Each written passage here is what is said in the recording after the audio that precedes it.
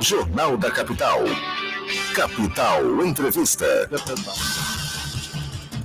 Bom, são 8 horas e 22 minutos. Nós saímos do assunto bom, quer dizer, só notícia boa, obra para cá, inauguração para lá, lançamento para lá, e vamos agora entrar num assunto difícil, num assunto que vai chamar o debate, principalmente do servidor público. Reforma da Previdência. Nós estamos aqui com o secretário-chefe da Casa Civil, o empresário Mauro Carvalho, e ontem teve a primeira reunião entre o governo do estado e o Conselho de Previdência do estado de Mato Grosso, com participação inclusive dos poderes e também de instituições, porque o Ministério Público não é poder, mas foi convidado e estava lá e participa do Conselho de Previdência do estado de Mato Grosso.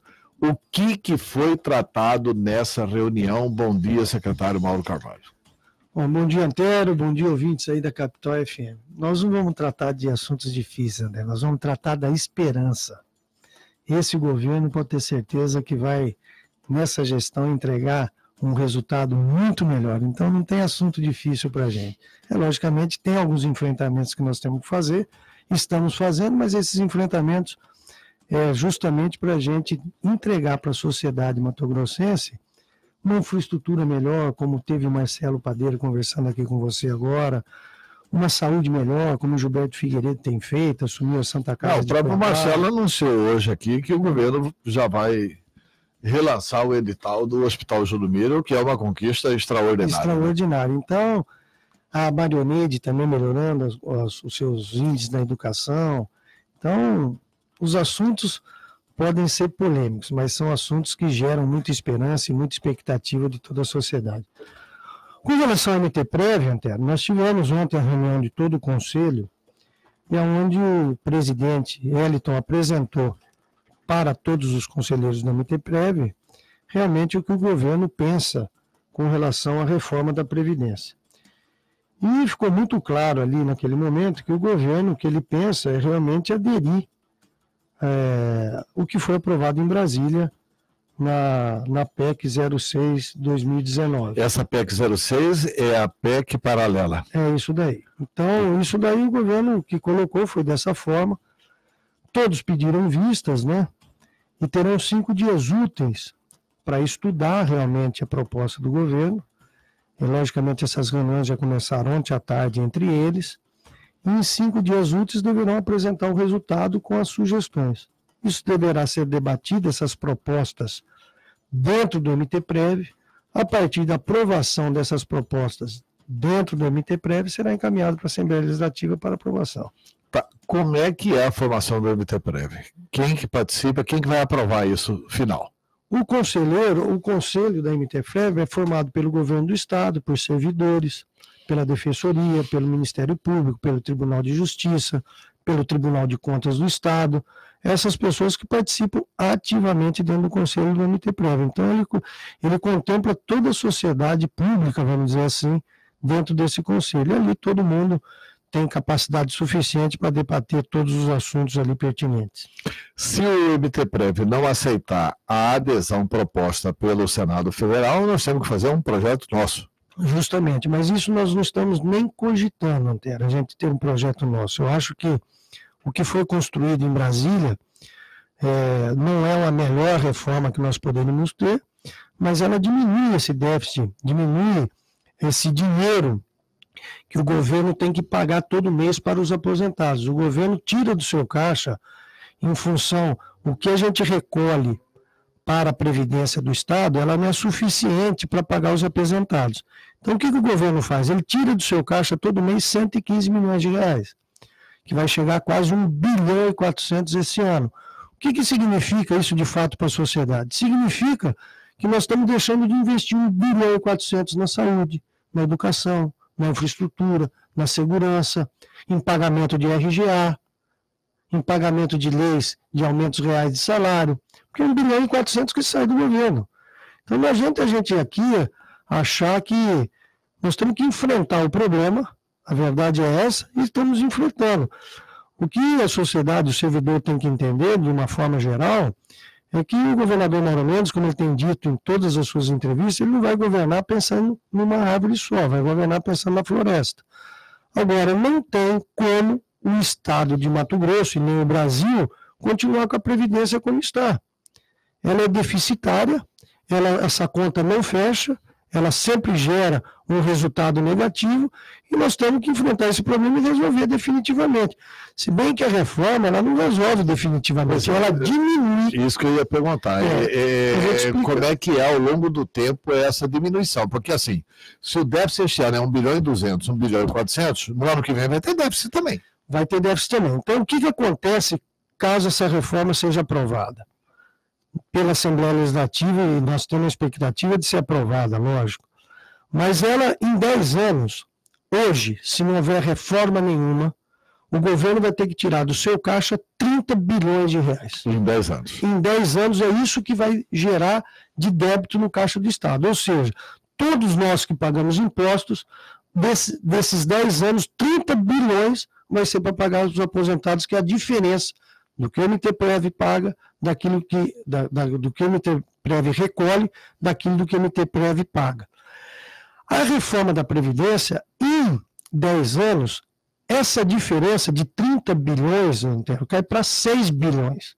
Então, nós estamos falando que nós vamos deixar de colocar na Previdência 24 bilhões de reais.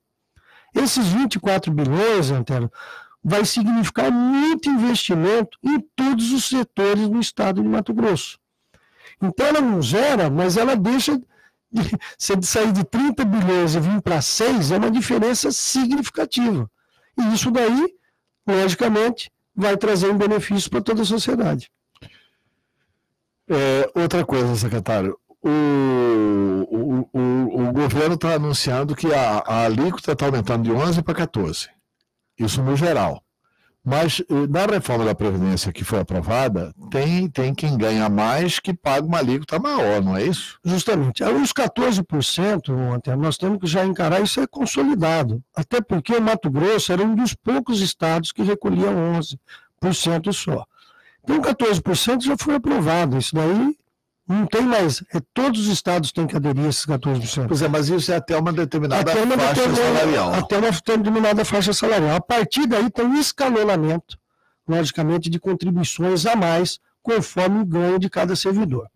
Então, quando a gente fala em servidor, nós estamos falando o seguinte: nós temos mais de 2.000 servidores públicos que aposentou com menos de 45 anos de idade.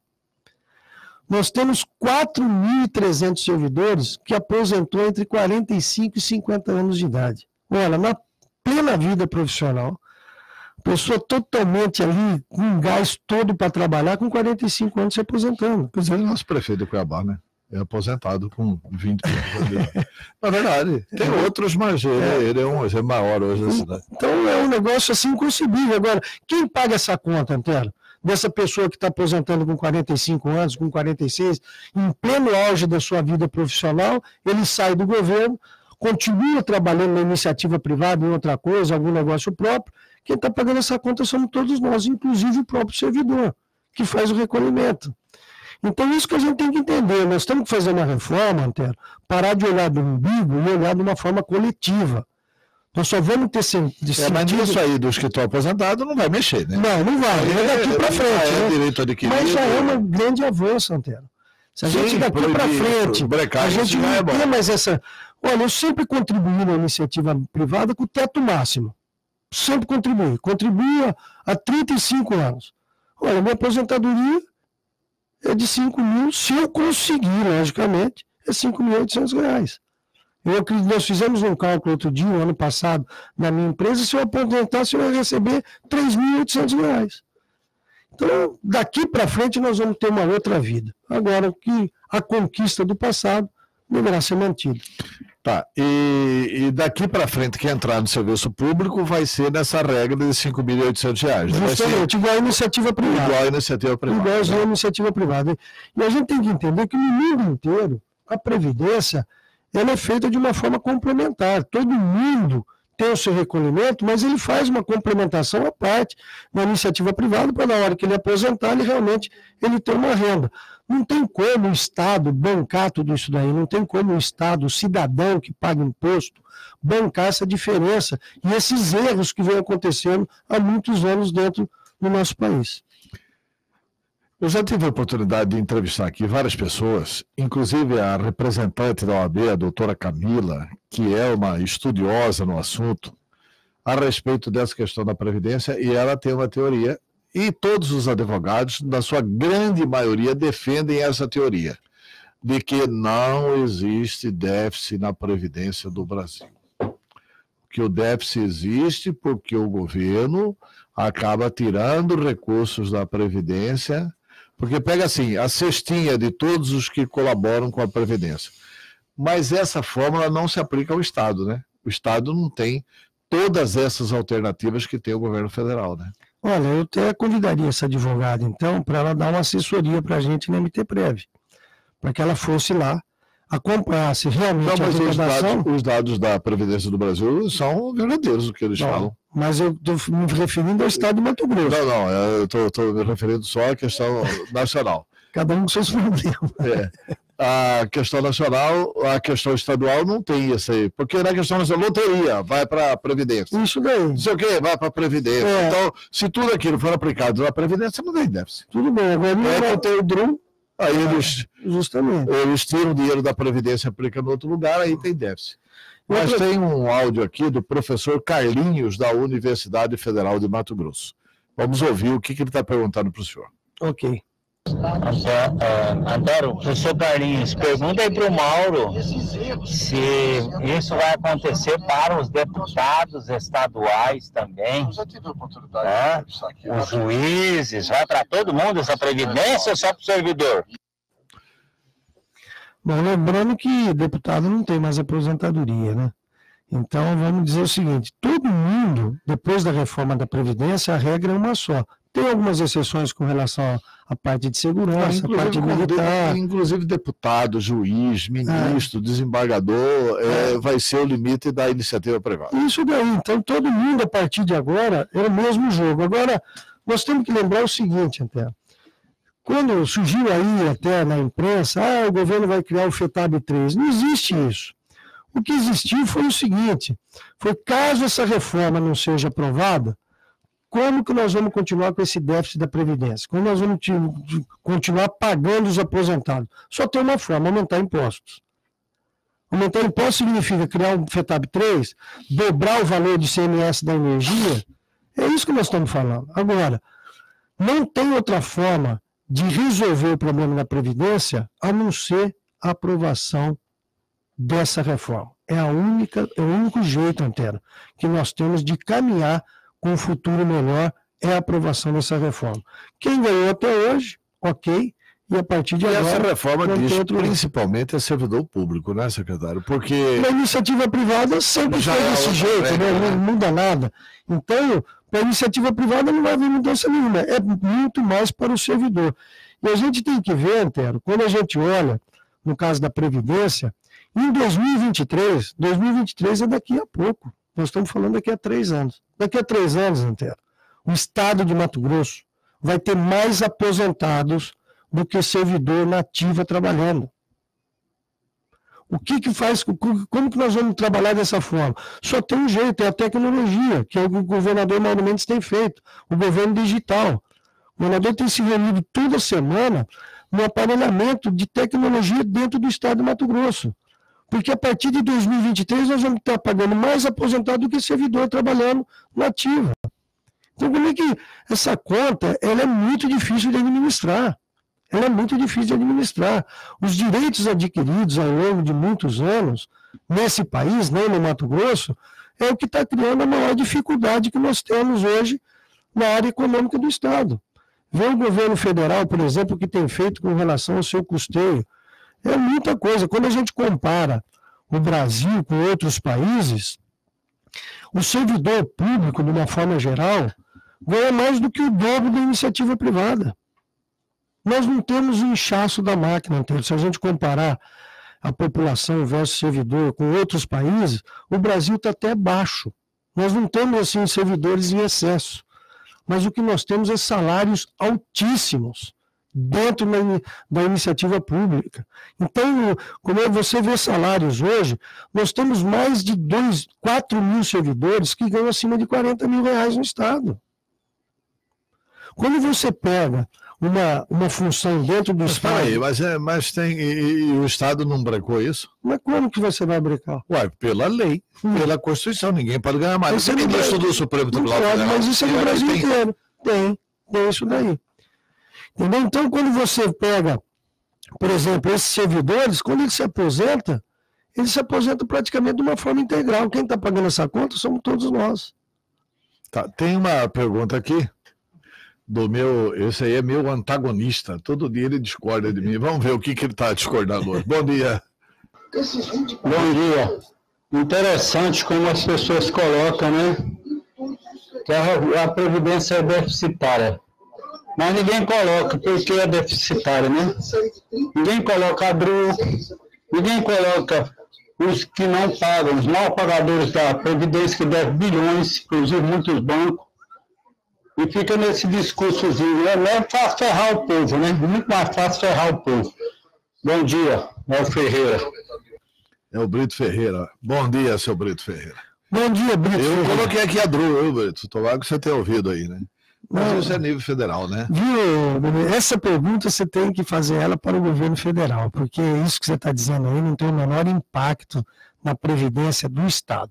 Agora, com relação ao Brasil, você tem total razão no que você está falando, mas no Estado de Mato Grosso não tem impacto nenhum. Tá, e essa base da Assembleia Legislativa de Mato Grosso? Porque na Assembleia tem muito deputado lá que apoia o governo, tem muito deputado que sabe que é preciso fazer a reforma da Previdência, não tem nenhum desavisado ali. Ali não tem nenhum... Quem é bobó não chega na Assembleia, na Câmara Federal, no Senado, né? Não tem nenhum que não sabe fazer conta ali.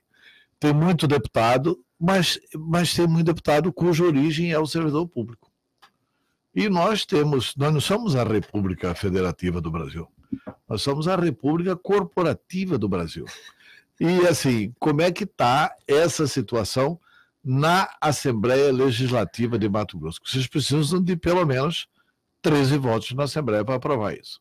Justamente, Antero, o que a gente espera é a consciência e a responsabilidade de cada deputado. Como eu disse aqui no início da entrevista, essa reforma não dá para ser uma reforma olhando apenas no seu umbigo. É uma reforma que nós estamos olhando de uma forma coletiva. E o que a gente espera desses deputados é que realmente tenha a sensibilidade de avaliar o que acontece hoje com a nossa Previdência. E essa reforma ela vem para dar uma segurança para todo o servidor público. Porque senão daqui a pouco vai fechar tudo, Antero. Nós não vamos ter recurso para pagar essa conta. Então isso que todo mundo tem que entender. O Estado não tem máquina de fazer dinheiro. O Estado vive de arrecadação de impostos de todos os cidadãos matogrossenses. Então, se esses deputados não tiverem sensibilidade, que realmente eles têm que entender essa proposta do governo, do que está acontecendo, e a situação atual que nós vivemos hoje, não tem como esse deputado não ter essa sensibilidade de que essa decisão é o melhor para todos os servidores, para a máquina continuar andando. O que adianta a gente continuar com todos esses benefícios que nós temos hoje, com a máquina parada e sem recurso para pagamento? Quando nós recebemos o governo em 1º de janeiro, com 13º atrasado, com salário escalonado, o que adianta isso? É a brincadeira do faz de conta? Não, faz de conta que eu ganho, mas você faz de conta que me paga, e ninguém paga ninguém faz nada com ninguém. Então essas pessoas têm que entender isso. É melhor você ter a sensibilidade que realmente essa reforma vai te dar uma segurança jurídica do seu recebimento após a aposentadoria, do que você continuar na situação que está e o dia que se aposentar você não receber nada, porque o Estado não vai ter recurso para te pagar. Tão simples quanto isso. Então, esses deputados que têm a ligação com o servidor público, é uma incoerência. Se ele quer realmente defender o servidor público, ele tem que votar pela aprovação desse projeto da Previdência. Se ele pensa na segurança do servidor público, ele tem que engajar realmente para aprovar esse projeto, porque é esse projeto que vai dar segurança de pagamento para o servidor no futuro. Porque se continuar do jeito que está, não tem Estado brasileiro que vai dar conta de fazer os seus pagamentos. A realidade é essa.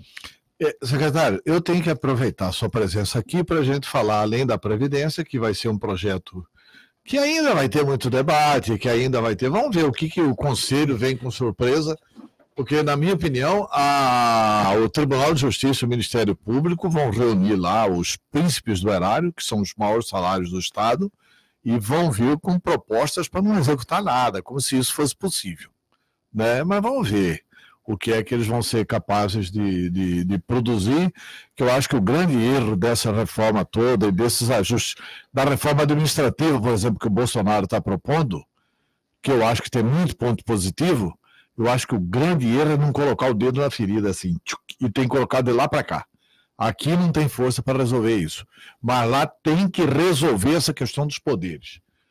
Tem que resolver essa questão dos poderes. Por que os poderes são intocáveis no Brasil?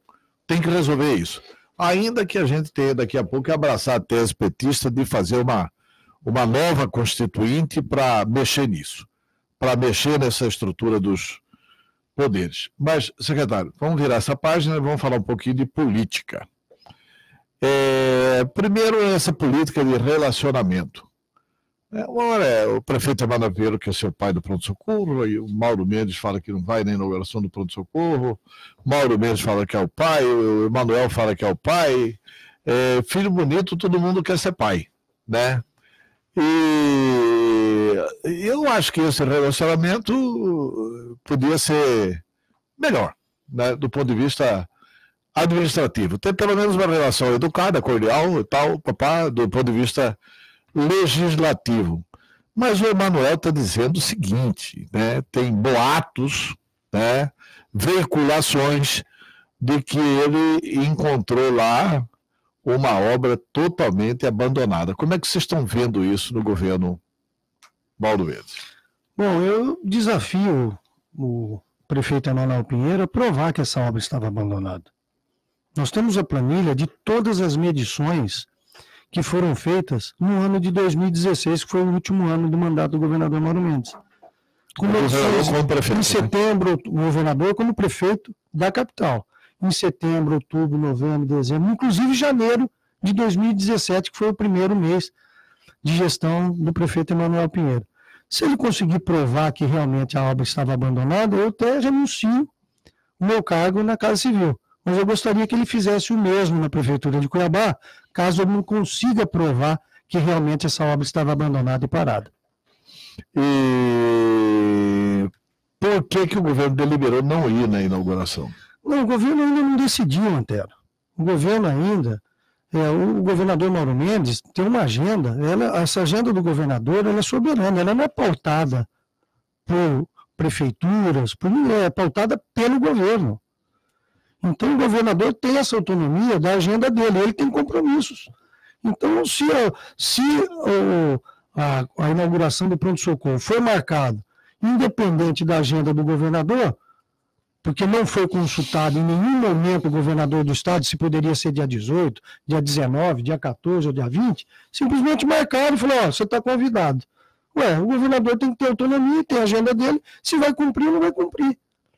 Quantas pessoas solicitam a presença do governador em vários atos públicos de inauguração e o governador não comparece em função da agenda dele? O governador pauta a sua agenda conforme a sua estratégia de governo, a sua política de governo. O governador não pauta a sua agenda baseado no que os outros entes públicos estão fazendo.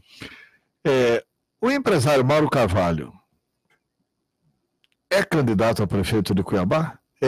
Porque assim, todo mundo fala o seguinte, o governador Mauro Mendes vai ter candidato.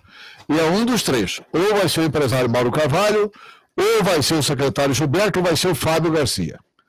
O Mauro Carvalho nem filiado ao DEM está. Mas o presidente do DEM, o Beto, disse não. O Mauro Carvalho é um grande candidato a prefeito de Cuiabá. O Júlio Campos já disse, tem muita habilidade e tal, pode ser candidato a prefeito, mas o nosso candidato em pectore é o Fábio Garcia. O Mauro Carvalho é ou não pré-candidato a prefeito de Cuiabá? Antero, eu fico extremamente, com toda humildade, lógico, mas bem satisfeito do Beto, o próprio Mauro Mendes, Júlio Campos, lembrarem do meu nome como um possível candidato à Prefeitura de Cuiabá. Eu nunca tive expectativa nenhuma na minha vida, nunca construí minha vida empresarial para ser secretário de Estado. E acabei sendo convidado pelo Mauro Mendes e aceitei.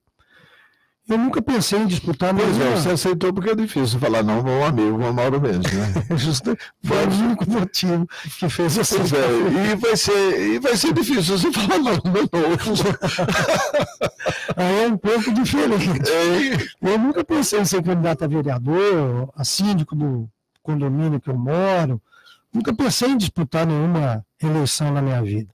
E agora meu nome está sendo cogitado, eu fico feliz com isso. Isso significa, de certa forma, que a gente tem feito um bom trabalho na Casa Civil, mas eu acho que o futuro a Deus pertence, eu não posso falar não nem sim, mas são construções que o partido, como você mesmo disse, eu não sou filiado a nada, mas o partido, no momento oportuno, vai lançar seu candidato. E a única coisa que eu tenho certeza absoluta, Antero, é que o DEM vai ter um candidato próprio em Cuiabá. Isso daí, na última reunião do DEM, junto com a presença de todas as lideranças do partido, foi discutido e alinhado com todos a candidatura do DEM à Prefeitura de Cuiabá. Então, essa possibilidade do DEM vir a fazer parte de qualquer tipo de conjuntura política sem o DEM estar na cabeça de chave, isso daí não existe.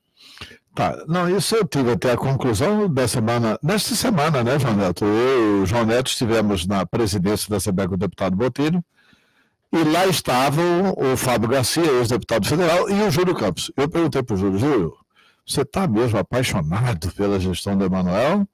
Eu falei, não, Antero, eu vou apoiar o candidato do DEM, seja ele qual for, mas a minha preferência é realmente... A minha preferência eu quero que seja o Fábio Garcia. Se não for o Fábio Garcia, eu apoio qualquer um dos dois. Falou bem do Mauro Carvalho e falou bem do Gilberto também. O Gilberto é muito bom administrativamente, mas aquela cara dura dele, ele não conversa com ninguém, não faz carinho para ninguém, é muito ruim politicamente. Se o Fabinho não quiser ir, eu vou então. Eu já transferi meu título para Cuiabá e eu vou. Ou seja, ele não está com o Emanuel coisa nenhuma, apesar disso. Mas outra coisa é o seguinte, o Emanuel tem dito que esse pronto-socorro municipal de Cuiabá foi uma bucha de canhão de efeito retardado deixado aí pelo governador Mauro Mendes, na época prefeito. Antero, acho que a bucha de canhão é o que ele fez com a Santa Casa Misericórdia de Cuiabá, deixando ela fechar, né? Essa realmente foi uma bucha de canhão para toda a sociedade. E teve a sensibilidade do governador Mauro Mendes em reabrir a Santa Casa, entregando para a sociedade cuiabana uma Santa Casa totalmente remodelada e prestando 100% dos serviços. Então, isso realmente é o trabalho que o prefeito Emanuel Pinheiro fez, fechar a Santa Casa de Cuiabá. Entendeu? Essa é a verdadeira bucha de canhão. Agora, a bucha de canhão que ele se refere com o novo pronto-socorro, você, Antero, já participou da iniciativa pública e sabe o quanto é difícil você fazer um projeto, você licitar, você ir atrás das licenças que precisam do projeto. E o governador fez tudo isso.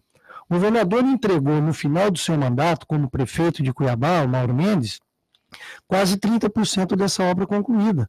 Agora, a parte mais difícil, você lembra do problema que nós tivemos no pronto-socorro de Cuiabá com relação ao terreno? Teve o problema da legalização, do terreno, né? Da legalização do terreno. Então, tudo isso, quem que resolveu todos esses problemas? O governador Mauro Mendes junto com a sua equipe.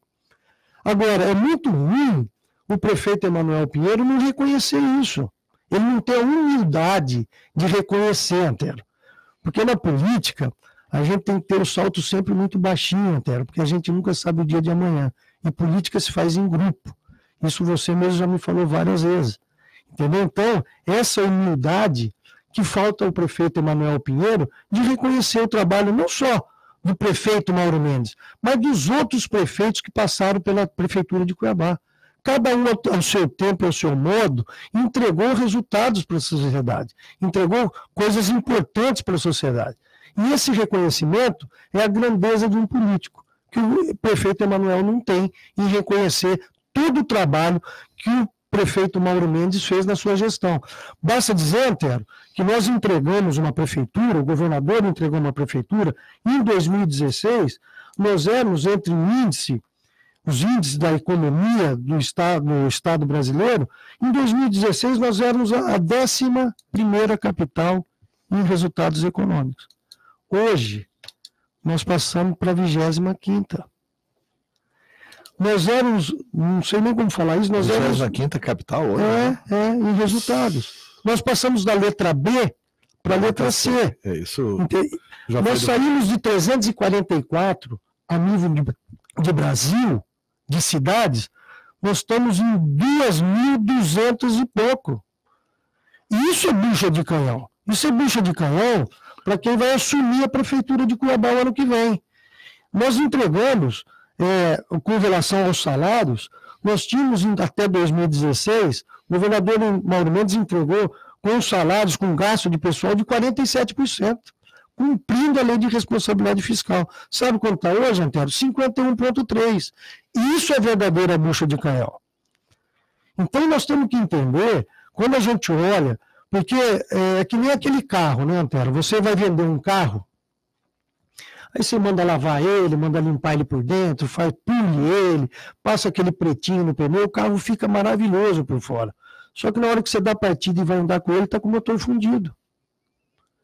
Então a prefeitura de Cuiabá ela não pode ser avaliada só porque ela está fazendo aqui, eu pintei essa rua, eu pintei essa escola, eu inaugurei isso daqui. Não, eu quero saber como está a parte econômica da prefeitura, porque isso que vai fazer com que ela continue fazendo os investimentos necessários que a sociedade cuiabana necessita.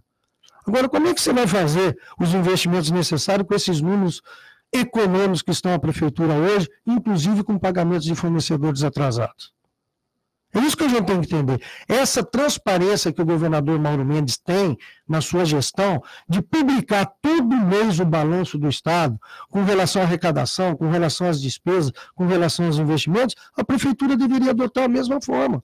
Porque a prefeitura não coloca os números dela da mesma forma que o governador Mauro Mendes tem colocado para a sociedade mato-grossense. Por que ele não adota essa mesma transparência? É isso que a sociedade espera de um político. Então, essa transparência, nós temos que ser, não é só no governo do Estado, nós temos que ter em todas as cidades do Estado de Mato Grosso, nos 141 municípios. É isso que a sociedade espera de todos os políticos, para que os políticos voltem a ter a credibilidade que tinham no passado, que hoje a imagem do político é muito desgastada. E nós temos que recuperar essa credibilidade, o respeito, a confiança da classe política. E nós só vamos restabelecer tudo isso a hora que todo mundo estiver trabalhando da mesma forma, em conjunto, como você disse aqui. Essa parceria entre prefeitura e Cuiabá, o governador Mauro Mendes mora em Cuiabá. Ele é apaixonado por essa cidade, foi prefeito dessa cidade, ele ama essa cidade. Você acha que o governador Mauro Mendes não vai ajudar essa cidade, Antero? Olha a quantidade de obras que o governador Mauro Mendes lançou em Cuiabá. Inauguramos agora a Estrada da Guia, que o Marcelo acabou de falar aqui com você. Quem que esteve da prefeitura nessa inauguração? Sabe quem teve, Antero? Apenas os vereadores que fazem oposição à prefeitura, ao prefeito. Não teve ninguém da prefeitura prestigiando o evento do governador Mauro Mendes. Agora cobram do governador a presença dele no pronto-socorro. Então é lei para um, outra lei para outro. Que situação que é essa? Então, as coisas têm que andar de comum acordo e juntas. E por parte do governador Mauro Mendes, nunca houve nenhum tipo de ataque com o prefeito Emanuel Pinheiro. Houve sim, da prefeitura e seus assessores contra o governador. O governador até hoje só respondeu. O governador nunca atacou. E quando o prefeito Emanuel Pinheiro diz que pessoas do Palácio Paiaguás estão encantados com a gestão dele, o prefeito Emanuel Pinheiro tem que acordar muito do Palácio Alencastro, porque no 6º andar já tem candidato a prefeito. E se ele olhar em todos os andares ali da prefeitura, ele vai encontrar outro candidato a prefeito também ali para disputar o ano que vem junto com ele, contra ele. Então, antes de ele cuidar do Palácio Paiaguás, ele tem que cuidar do Palácio Alencastro. E o outro, quem que é? O quê? O sexto E outro eu vou me abster de falar esse nome aí, mas no início do ano você vai saber quem é. Olha, eu vou encerrar a entrevista com o futuro candidato a prefeito de Camargo, com o secretário-chefe da Casa Civil, Mauro Camargo. Eu comecei a entrevista perguntando se ele seria candidato. Eu termino com a convicção de que será. Muito obrigado pela entrevista. Deixa eu só te falar um negócio para você. Acontece que nesses 10 meses de gestão, eu sempre me posicionei de uma forma na Casa Civil. Parece que eu estava entalado. Justamente. Eu sempre me comportei na Casa Civil de uma forma muito discreta, evitando entrevista, evitando coisas polêmicas, assuntos polêmicos. Mas chega uma hora, são 10 meses de ataque. São 10 meses de ofensa. Cabe a mim fazer a defesa do governador Mauro Mendes. E chegou o momento de eu fazer essa defesa. E é o que eu estou fazendo aqui hoje. Entendeu? Chega. A Casa Civil hoje não vai ficar mais quieta, seja o ataque de quem for, nós vamos responder à altura de uma forma transparente, séria e honesta. Muito obrigado pela entrevista, secretário. Obrigado a você, Antero. Um bom dia a todos da Capital FM.